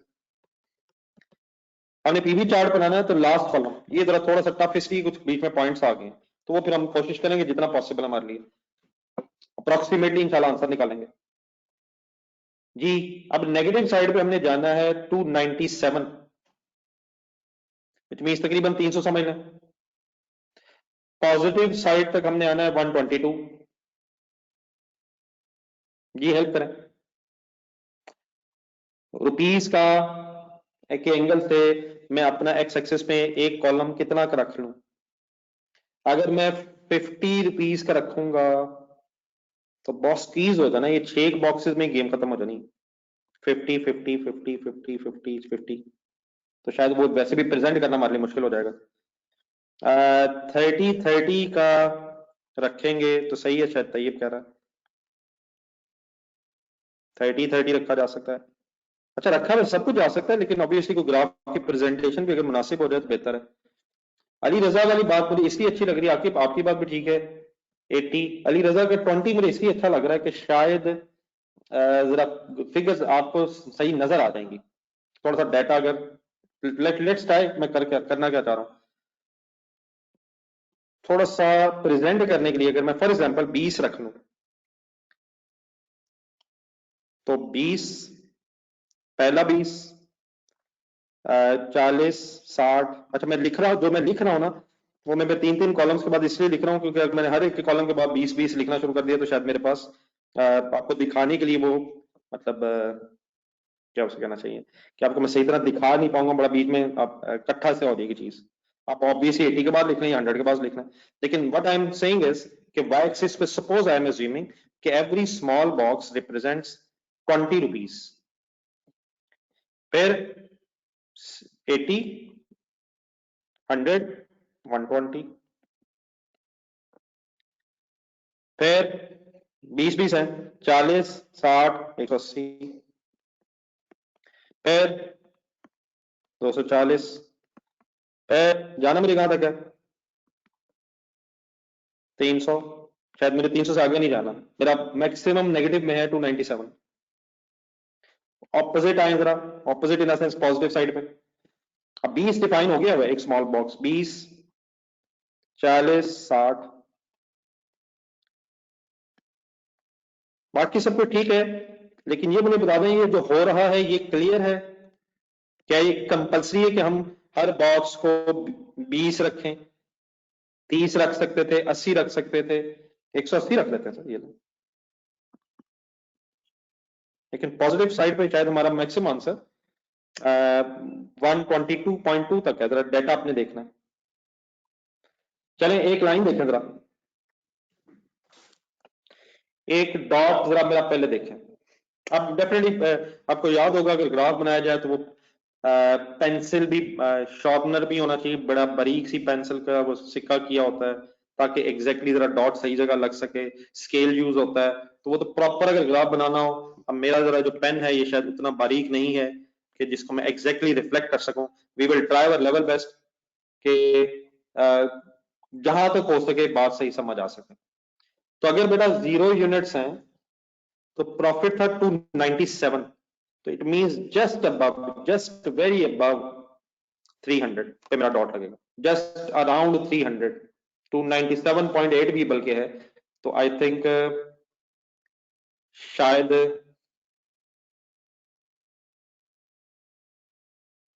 बेटा अगर आप इतनी मासूम सी ये बात करेंगे जिंदगी में तो हैदर बड़ी ज्यादती वाली बात है यार।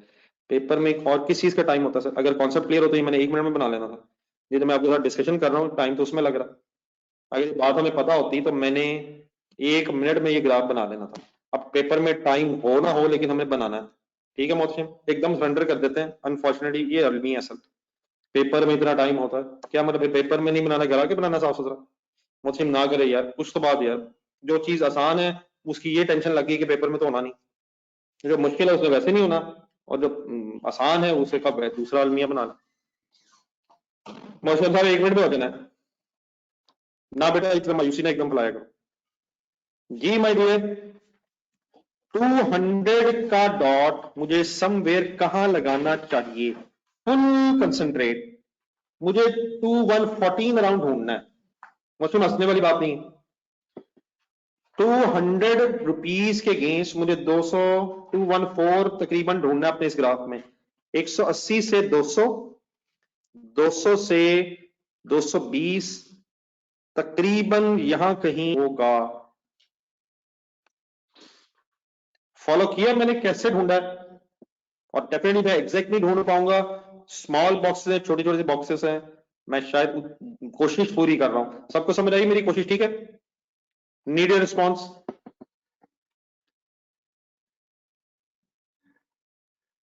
कोई एक आध तो बता दे यार।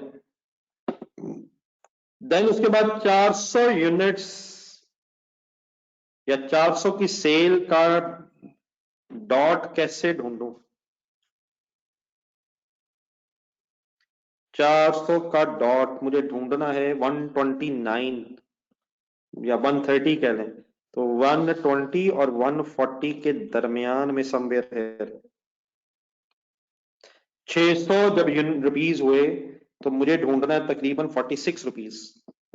तो 46 रुपीज कहां ढूंढूं? 60 से पहले, 60 से 40 के दरमियान, 40 और 60 के दरमियान से भी थोड़ा सा पहले समवेयर है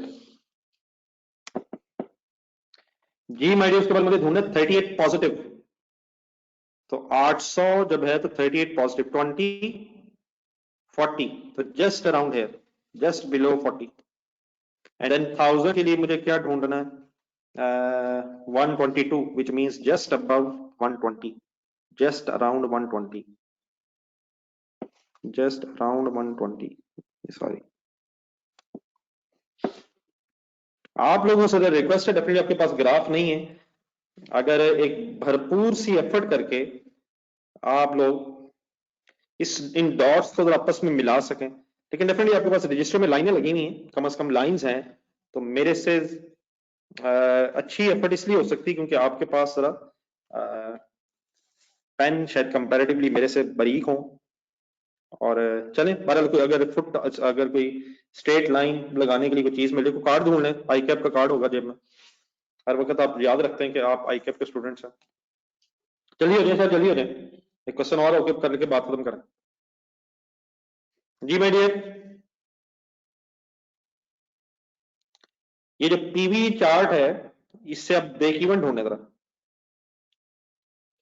कहां आएगा ब्रेक इवन? जहां ये डॉट्स एक्स एक्सेस के साथ इंटरसेक्ट करेंगे। तो कोई हेल्प करे जरा, मोचम करे जरा।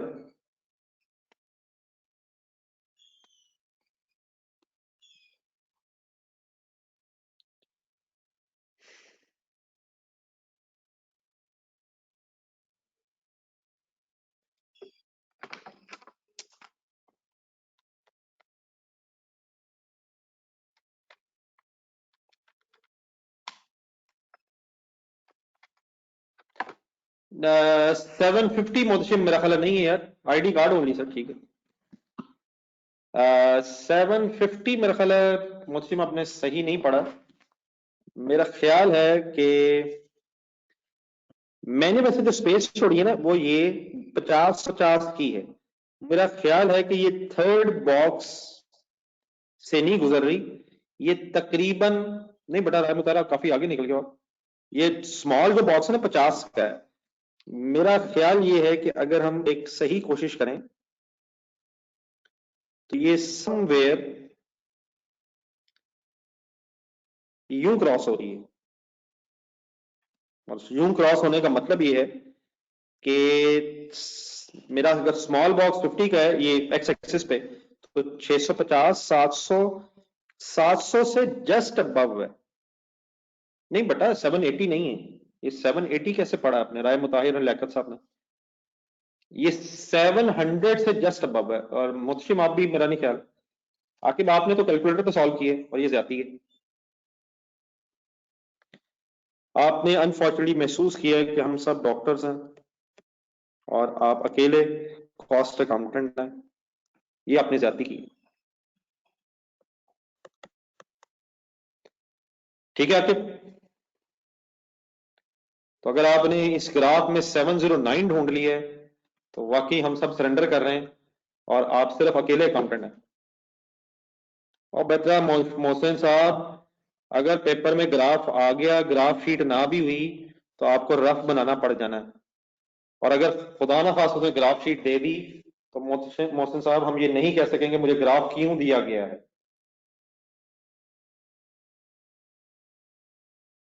जी माय डियर आकिब, अगर वो कहेगा कि ग्राफ से कैलकुलेट करें तो आप कह देंगे नहीं मैंने कैलकुलेटर पे कैलकुलेट कर लिया है।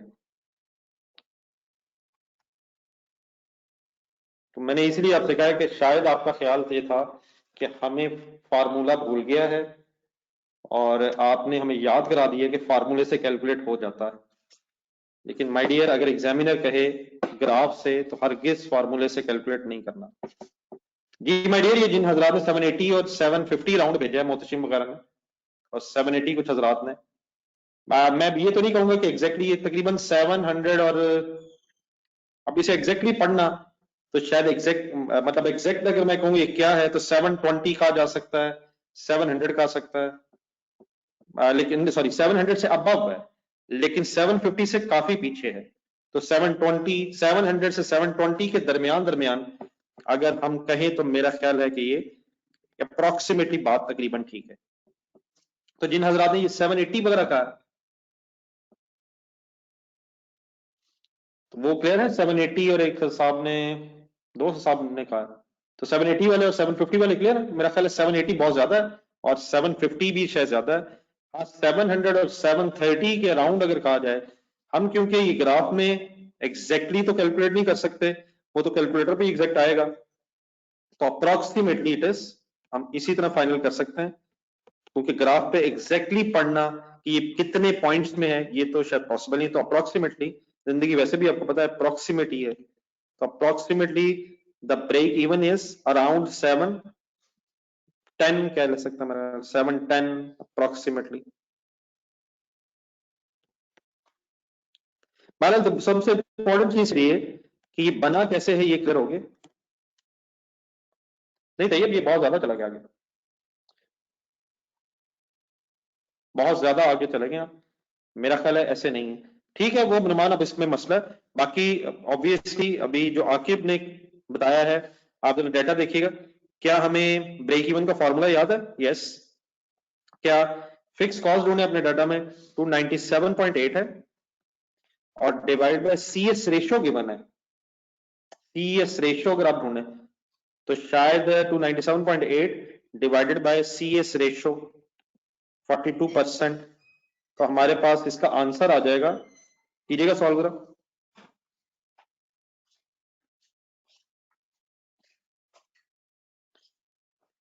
709 तकरीबन।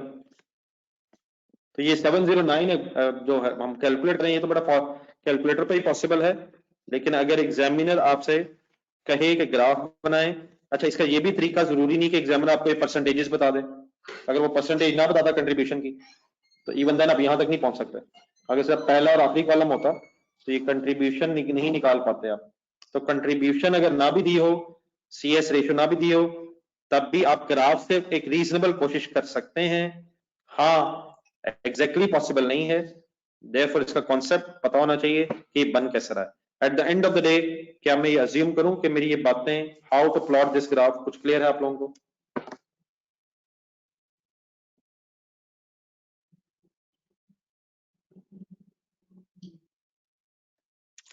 देन बेटा एक दूसरा जो एक नेक्स्ट पेज पे जाइए जरा, सॉरी आपको जरा बोर करना कर रहा हूं आज, माशाल्लाह क्वेश्चंस में यूज टू हैं, बड़े बड़े सवाल करना चाहते हैं आप। ये जो नेक्स्ट है ये फिर बात मेरी तरफ से होमवर्क है और जरूर कीजिएगा, ठीक है। इसमें भी आप पीवी चार्ट बस बनाएंगे, मैं आपके साथ एक प्रैक्टिस क्वेश्चन जरा डिस्कस कर लेता हूँ जिसमें जरा डाटा थोड़ा सा सर्च कर लेते हैं, ठीक है तुम्हारा सब जज़ाकल्लाह। प्रैक्टिस क्वेश्चन है यूजिंग ग्राफ, इसकी रिक्वायरमेंट 1 देखिएगा नीचे। अच्छा जी, एक है ट्रेडिशनल ब्रेक इवन चार्ट, हमने अब दो पढ़ लिए हैं, दो तरीके हैं ब्रेक इवन फाइंड आउट करने के लिए ग्राफ से। एक था sale line total cost line intersect हो जाए जो पहले डिस्कस हुआ था, और एक है जो अभी वो प्रॉफिट वॉल्यूम चार्ट बनाया। तो ये जो ट्रेडिशनल चार्ट है ना, ये उस ट्रेडिशनल ब्रेक इवन चार्ट ये उसको कहते हैं जहां सेल लाइन और टोटल कॉस्ट लाइन ड्रॉ करके इंटरसेक्ट की जाती है। तो sale line and total cost line वाला जो ग्राफ है ब्रेक इवन फाइंड आउट करने के लिए, वो फिर ट्रेडिशनल ब्रेक इवन चार्ट कहलाता है। और ये पीवी चार्ट है, ये फिर अलग से अगर बताया हो कि प्रॉफिट वॉल्यूम चार्ट से ब्रेक इवन आपने निकालना है तो वो अलग स्टोरी है। देन बेटा उसके बाद फिर सेकंड एक रिक्वायरमेंट है कि margin of safety if annual sales are expected to be and its percentage, what is the formula of the margin of safety? Break even sales, sorry budgeted sales,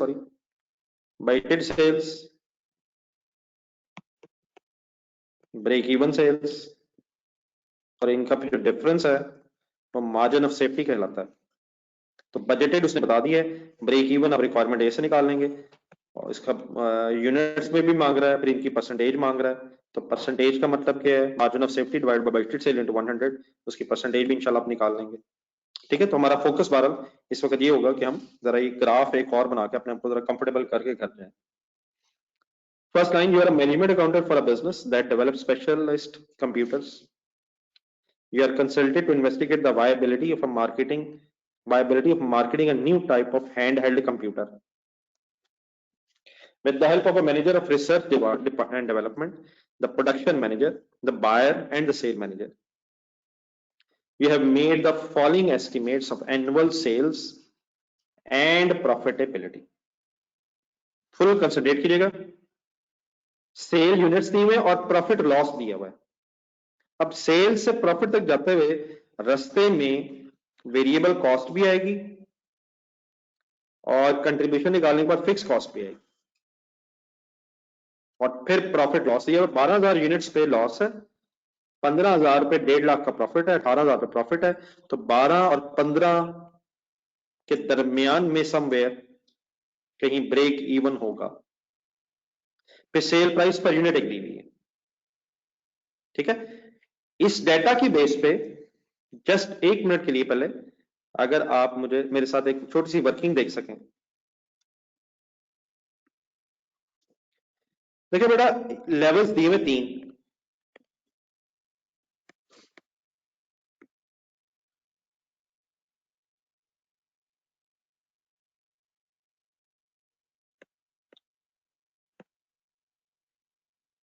units की information दी हुई है 12,000, 15,000 और 18,000। हमारे पास sale price available है, तो एक minute calculator रखिएगा हाथ में। 12,000 इंटू अगर 150 किया जाए, 12,000 इंटू 150 अगर किया जाए तो मेरा ख्याल है कि ये फिगर बन जाएगी हमारी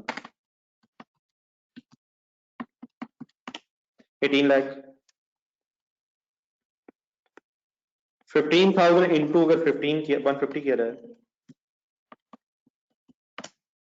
तो ये बन जाएगा 22,50,000 और 18 लाख इंटू अगर किया जाए तो ये बन जाएगा तकरीबन 27 लाख। आप वर्किंग करेंगे प्लीज। 27 लाख।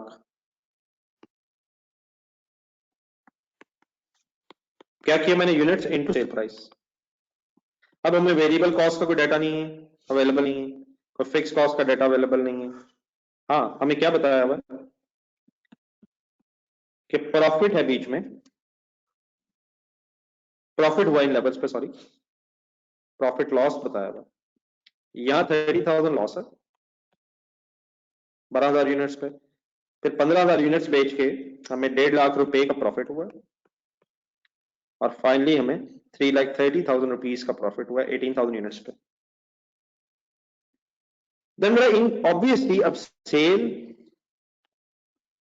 और प्रॉफिट के दरमियान वेरिएबल कॉस्ट और फिक्स कॉस्ट दोनों लेस नहीं होंगी। अब उसकी तो शायद फिलहाल इंफॉर्मेशन नहीं, लेकिन हमें ये पता चल सकता है कि इन लेवल्स पे टोटल कॉस्ट क्या है। अगर हम कंसंट्रेट करें तो हमें पता है 18 लाख सेल है, सॉरी मैंने जीरो रखा, मैं पूरा लिख रहा हूं। तो 18 लाख की अगर सेल है और 30,000 लॉस हो गया, तो क्या मैं कह सकता हूं कि यहां कॉस्ट, टोटल कॉस्ट 18,30,000 होगी। 18 लाख की सेल है और लॉस हुआ हुआ है, ठीक है अली रजा? 22,50,000 की अगर सेल है और 1.5 लाख प्रॉफिट हो गया तो 21 लाख टोटल कॉस्ट होगी और 3,30,000 और 27 लाख में जो डिफरेंस है 27 लाख रुपीस माइनस 330,000 रुपीस 23,70,000, 23,70,000 यहां पर ये कॉस्ट होनी चाहिए। अब ट्रेडिशनल ब्रेक इवन चार्ट अगर आप ज़हन में लाएं तो हमें 2 लाइंस लगानी है, सेल लाइन और टोटल कॉस्ट लाइन, और इन 2 लाइनों के इंटरसेक्शन से हमारे पास इंशाल्लाह ब्रेक इवन पॉइंट कैलकुलेट हो जाएगा by using the graph. Obviously बेटा इसके बहुत से और तरीके पॉसिबल हैं, वो भी इंशाल्लाह आपको जरूर मैं चाहूंगा कि डिस्कस हो जाए आपके साथ, लेकिन पहले जरा ये डाटा लिख लें। मैं इसकी बेस पे आपको ग्राफ वाली बात जरा खत्म करना चाहता हूं आपके साथ।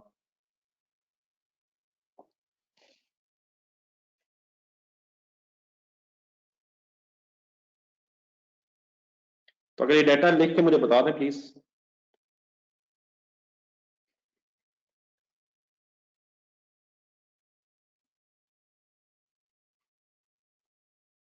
इस डाटा की अंडरस्टैंडिंग में अगर कोई इशू हो वो भी प्लीज बता दें।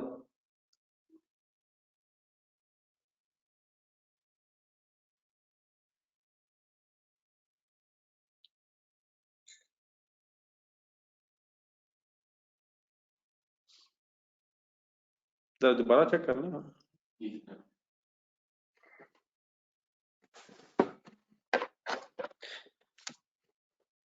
ये नोट कर लिए।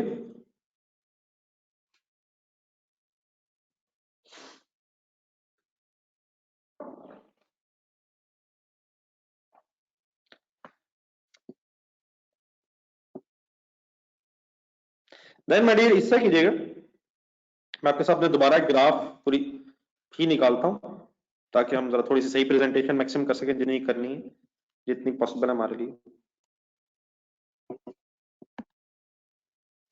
मुझे स्केल डिफाइन कराएं, डाटा सामने रखें, कोई अगर आगे पीछे हो गए साहब तो छोड़ दें इसको, सिर्फ चंद बातें सुन लें, बाकी डाटा पर लिखते रहिए।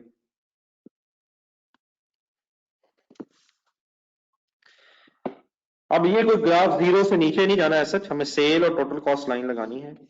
तो एक एक्स एक्सिस है, वाई एक्सिस है, यूनिट्स ऑफ सेल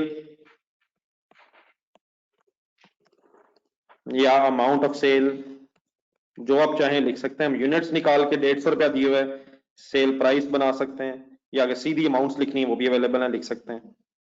और इस तरफ अगर हमने अमाउंट्स लेनी है, आपसे बस कंसंट्रेशन अब रिक्वायर्ड है, आपने प्लीज सही एक दफा सुन के मेरी बात फाइनल कर लेनी है। यूनिट्स का स्केल बनवाएं, यूनिट्स बना लेते हैं, अमाउंट्स पे बाद में आ जाएंगे। यूनिट्स का स्केल, यूनिट्स का पहले 12,000, 15,000, 18,000, एक स्मॉल बॉक्स कितने का रख लूं?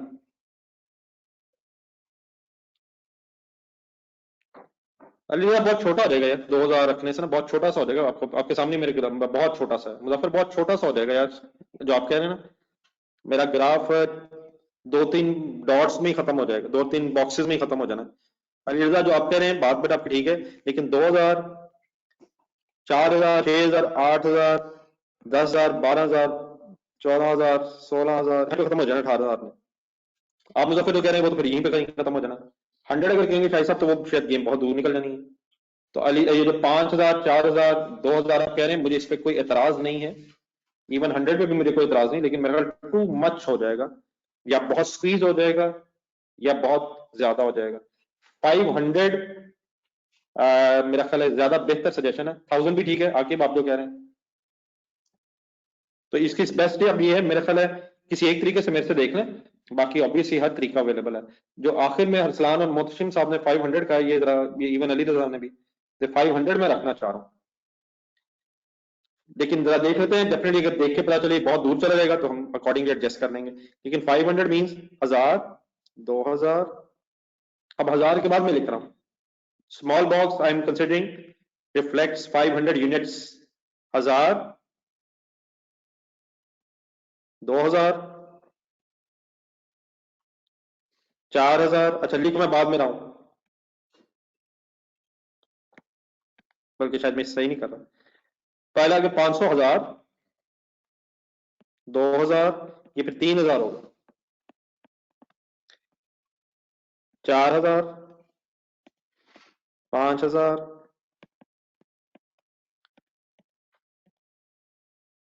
6000, 7,000, लिख मैं 2-2,000 के बाद रहा हूं, लेकिन मैं लाइनें पूरी लगा रहा हूं। 8,000, 9,000, 10, 11, 10,000,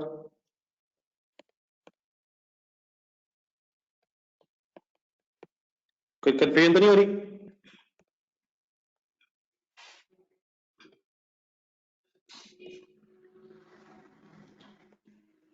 जाना कहां तक हमने? 18, तो 13, 14, 15, 16, 17,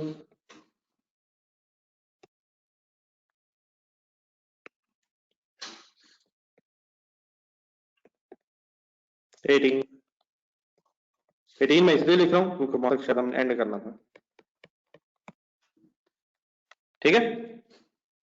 ऑब्वियसली योर चॉइस कि आप 2,000 रखें, 4,000 रखें, 5,000 रखें, लेकिन एक ऐसा जरा बन जाए ग्राफ जो प्रेजेंटेबल अगर हो जाए तो जरा मुनासिब रहेगा।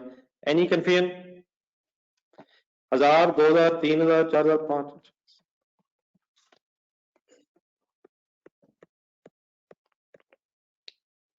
ओके सर, कोई है सर? सिमिलरली एक्स एक्सिस पे स्टोरी चलाएं जरा, सॉरी वाई एक्सिस पे। वाई एक्सिस पे अमाउंट्स हैं, हमें दो लाइंस लगानी है, टोटल कॉस्ट लाइन भी और सेल लाइन भी। सेल लाइन भी, sale line and total cost line, sale line and total cost line. Full concentrate कीजिएगा, बात है सिंपल, लेकिन हाउ टू। अब इसमें 18 लाख, 22 लाख, 50 हजार, 27 लाख, 18, 30, 12 वगैरह वगैरह, बताइए कितना कितने स्पेस रख लो? स्मॉल बॉक्स को कितना के रख लो? लाख लाख ठीक रहेगा मेरा ख्याल। 5 लाख से बहुत स्क्वीज हो जाना है। 5 लाख मीन्स 5 बॉक्सेस बनेंगे छोटे। 50,000 से बेटा आकिब शायद बहुत फैल जाए, लाख रख के देखता हूं जरा, शायद बात बन जाए। 5 लाख से बहुत छोटा सा हो जाएगा, 50,000 मेरा ख्याल है ज्यादा है। वक्त बन सके, यू हैव चॉइस। मैं ये नहीं कह रहा कि जो मैं कह रहा हूं वही ठीक है, 2 लाख ठीक है, बिल्कुल ठीक हो सकता है, लेकिन मुझे लग रहा है बात करते करते कि शायद 1 लाख, 2 लाख, 3 लाख, 4 लाख, 5 लाख। देखो मैं बाद में रहा हूं क्योंकि शायद इतना मुश्किल हो जाएगा। Every small box on X Y axis sorry will reflect 1 lakh rupees. 6 lakh, 7 lakh, 8 lakh, 9 lakh, 10 lakh.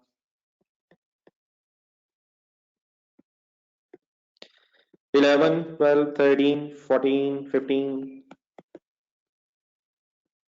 जाना कहाँ है? 27 लाख तक जाना है, से 27 लाख तक जा रही है। 16, 17, 18, 19, 20, 21, 20, 21, 22, 23, 24, 25, 26, 27, 27 तक हमें आना। Maximum amount in this data is 27 lakh. Obviously your choice 2 lakh रखना।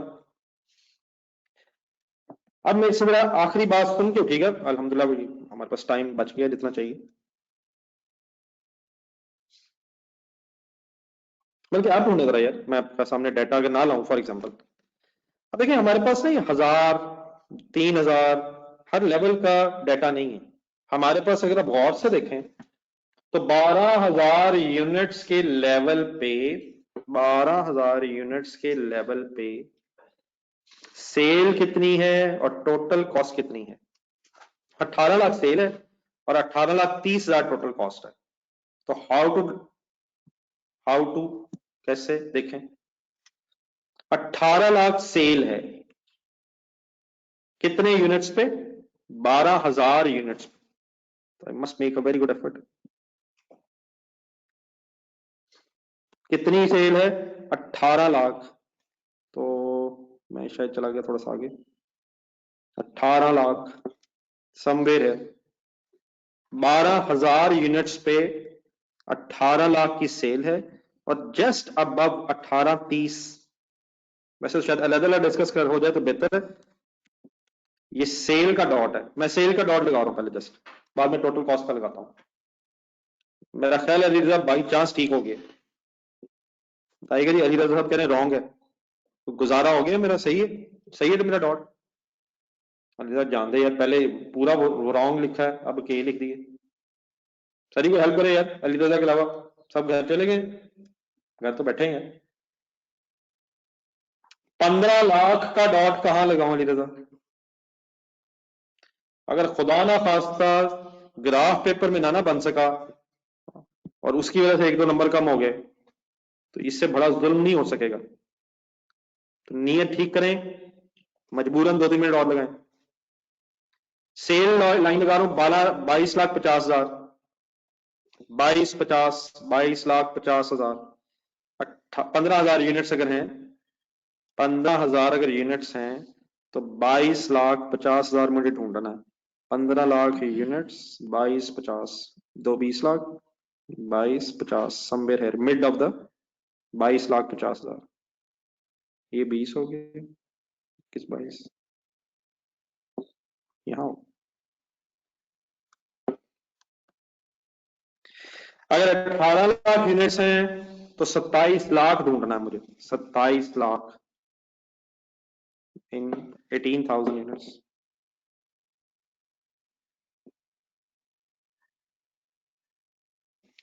27 लाख आई थिंक सही है शायद, 27 लाख 25 27।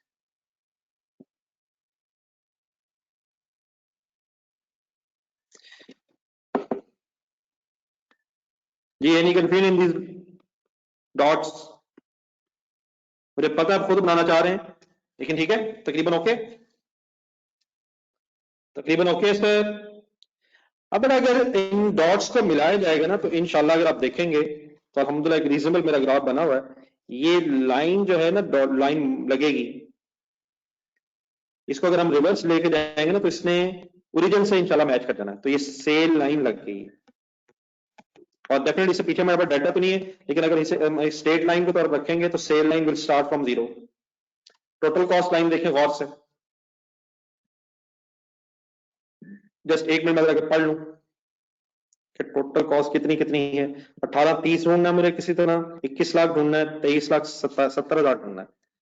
1830 18,30,000 18,30,000 शुड बी अबव, थोड़ा सा ऊपर होगा, क्योंकि पहले टोटल कॉस्ट ज्यादा थी, लॉस था। अब मुझे ढूंढना है 21 लाख, 21 लाख, 15 लाख, 21 लाख ही है, 21 लाख टोटल कॉस्ट है। अगर 15,000 यूनिट्स हैं तो ये तो इंशाल्लाह स्ट्रेट में मिल जाएगा 21 लाख। 21 लाख मीन्स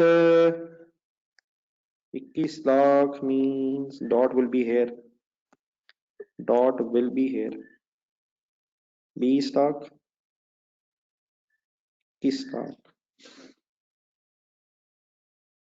और अगर 18,000 का डॉट ढूंढे मैं 23,70,000, तो 18,000, 23 लाख, 21 लाख, 22 लाख, 23 लाख, 70,000, 23 लाख यहाँ है,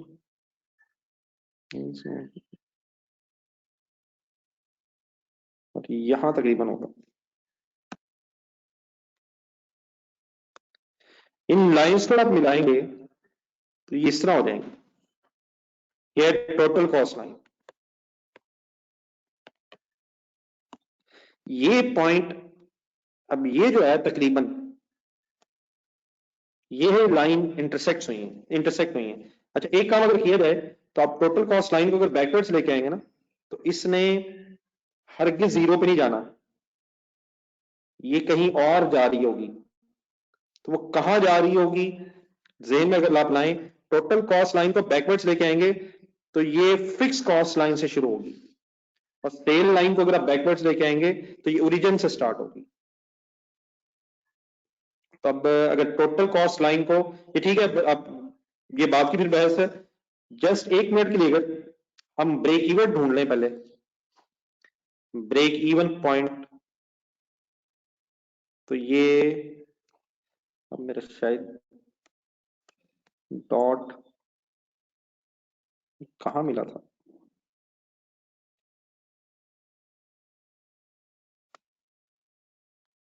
तो तकरीबन ये 12,000 और 13,000 के दरम्यान में कहीं लग रहा है। कोई है सर इस माइन्यूटली को से देखना चाह रहा हो?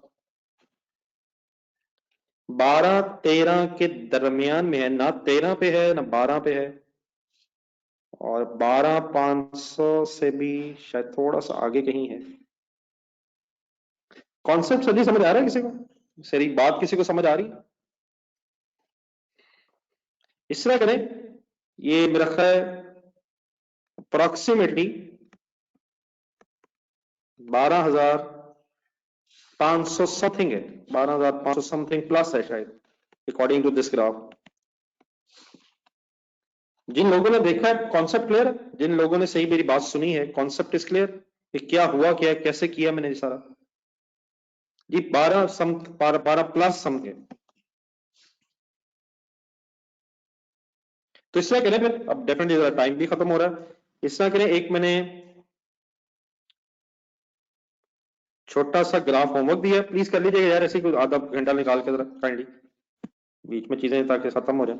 एक ये मैंने होमवर्क दिया है, और अगर इसको मैंने कॉन्सेप्ट तो सारा बताने की कोशिश की है, अगर इसको कुछ फिनिशिंग टचेस दिए जा सकें by looking at the graph जो मैंने अभी आपके सामने बनाया, ऑब्वियसली अगर आपको जरूरत महसूस हो कि मैंने कैसे चीजें बनाई हैं सारी, तो उसके लिए अगर आपको दोबारा देखना पड़ जाए तो मेरा ख्याल है कि आप रिकॉर्डेड ऑप्शन पे जरूर जाएंगे। तो अगर इसको फाइनल कर लें और अगर कोई इशू रह गया हो तो फिर मंडे को डिस्कस कर लें, लेकिन स्पेशली क्वेश्चन नंबर 3 जो है पहले उसको टाइम दें जिन्हें कंप्लीट नहीं है, और देन उसके बाद फिर ये भी करें। ठीक है, मेरी बात समझ आ गई सबको? तो कैंडी ग्राफ भी रिवाइज करें आधा घंटा लगा के।